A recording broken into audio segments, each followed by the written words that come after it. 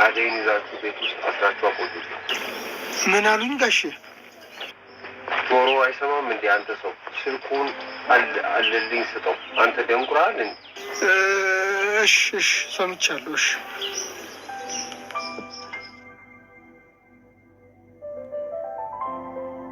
ጄጋ የት ናት እኮ? እኔ ጠርቻት እመጣለሁ።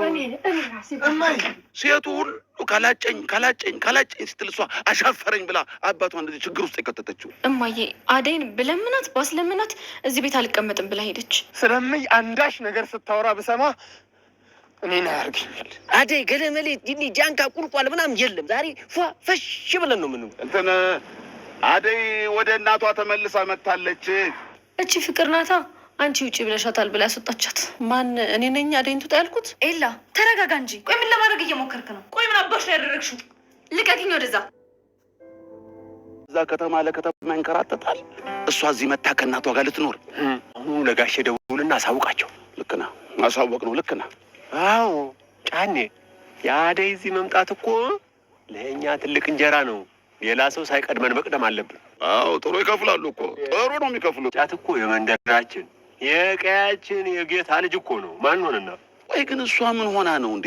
ሴቱ ሁሉ ካላጨኝ ስትል እሷ አሻፈረኝ ብላ አባቷ እንደዚህ ችግር ውስጥ የከተተችው። እኔማ ከተማ አንዱን ወዳይ እኮ በለለ ይመስሎኝ ነበረ። ምን ዋጋ አለው እንዴ? ኧረ እሷ ምንም አታውቅ፣ ንጡ ስለሆነች እኮ ነው። እና የጌታ ልጅ በምን ያጫት ይመስልሃል? በመልኳ ነው። ኧረ አለ በንጥህናዋ ነው። ኧረ እባክህ ካላሳ በል ዝም በል። አንቺ ውጪ ብለሻታል ብላ ያስወጣቻት ማን? እኔ ነኝ አደይን ትውጣ ያልኩት።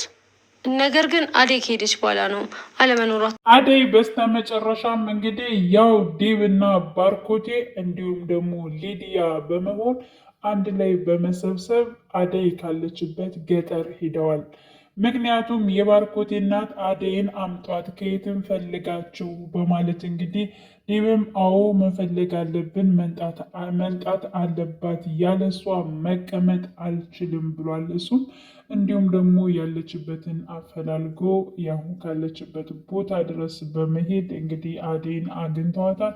እንዲሁም እጅግ በጣም ደስ ብሏታል። አደይ በነገራችን ላይ ስለ ዴቭ ስታስብ ነበረ። ከዛ እናቷ ቤት በመሆን ደብሮኛል፣ እስኪ ወደ ጓሮ ልውጣ በማለት እንግዲህ ስታስበው ስታንሰላስለው የነበረውን እንግዲህ ስታስታውስ የዴቭ ነገሮችን ነበረ። ስለዚህ ዴቭ ከልቧ ትወደዋለች፣ ታፈቅረዋለች። እንዲሁም ከዴቭ ጋር ስትቀርብ ራሱ እንደምደነግጥና እንደሚያርበተብታት እንግዲህ ሁላችንም የምናውቀው ጉዳይ ነው። አሁን ላይ ደግሞ ዴቭ እጅግ በጣም ትዝ እያላት ይገኛል፣ ከሁሉ ለየት ባለ ማለት ነው።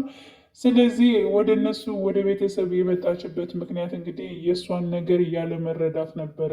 አደይ በብዙ ነገሮች የአባቷ ችግር ራሱ በቂ ነበረ፣ ግን ደግሞ ፍቅር የሁሉ ግፍ ነገሮች እያደረሰችባት ብዙ ነገሮች ለማሳለፍ ሞክራ ነበር። በዚያ ላይ ደግሞ እንግዲህ በባርኮቴም እንዲሁም በዴቭ መጋጨትም ብቻ ግን ባለው ነገር ሁሉ በሙሉ አደይ ደስተኛ ስላልሆነች ከዛም ስትሄድ ከዚያም ስለሷ ጠብና ስለሷ ነገር ነው እና ይህን ነገር ሁሉ ምርር ያደረጋት እንግዲህ ሌላ ጋር ልገባ በነበረበት ሰዓት እናቴ ጋር ልሂድ በማለት ነበር ወደ ቤተሰብ እየመጣችው ማለት ነው። እንዲሁም በመምጣቷ እናት እጅግ በጣም ደስ ብሏታል።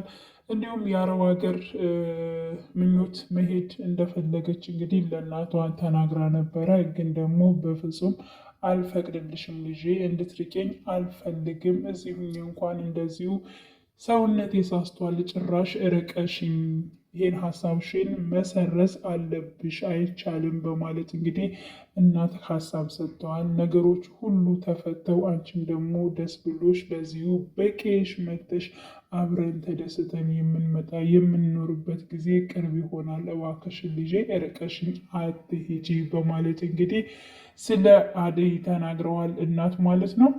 እንዲሁም እህቷ እጅግ በጣም አሳስቧታል። ምክንያቱም ፍቅር ወይም ደግሞ እዚያ ያሉት በሙሉ ምን አድርገውሽ ነው በማለትም በጥያቄ ስጠይቃት ነበረ። ፍቅር ብቻ አይደለም ከሁሉም ጋር ሁሌ ልስማማ አልቻልኩም። በቃ ነገሮች ሁሉ እጅግ በጣም ከብደውኛል።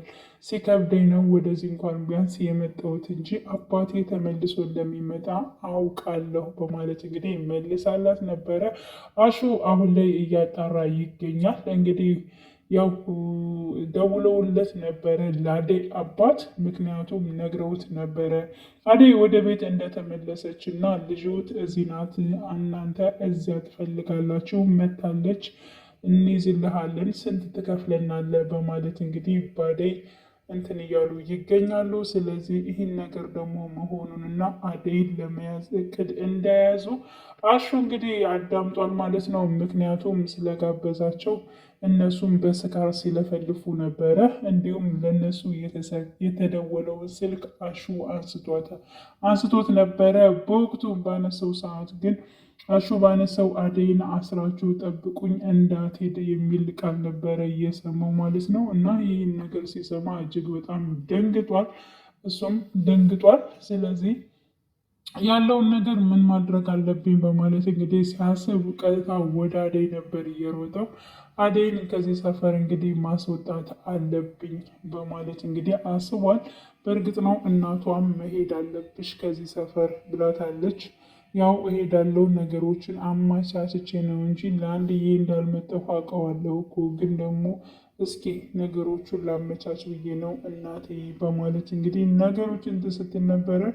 ምክንያቱም በእናቷ ጉዳይም እጅግ በጣም ያሳስባታል አደይ ማለት ነው። በእሷ ምክንያት እንግዲህ አባትና እናት ያው በትዳር ተለያይተዋል። እናት ሁለት ልጆቿን እንግዲህ ያለምንም ነገር ብቻቸውን ነው የሚያሳድጉት። እንግዲህ አደይ ባለ ሀብት ካላገባች ተብላ እሷም አላገባም በሚል ነው እንግዲህ አገሯን ለቃ የወጣችው እና እናትን ደግሞ ልጅሽ እንደዚህ ያደረገሽ በማለት እንግዲህ አባት ሁልጊዜ እየሰከረ እየመጣ እናትን እንደሚማታ እንደሚደበድብም እንግዲህ ያየነው ነገር ነው። እና አደይ ይሄን ሁሉ ነገር ችላ እንደገና ደግሞ ፍቅር ይህን ሁሉ ነገር ደጋግማ ስታደርግባት ያንን ነገር ሁሉ ችላ ነው ማለት ነው።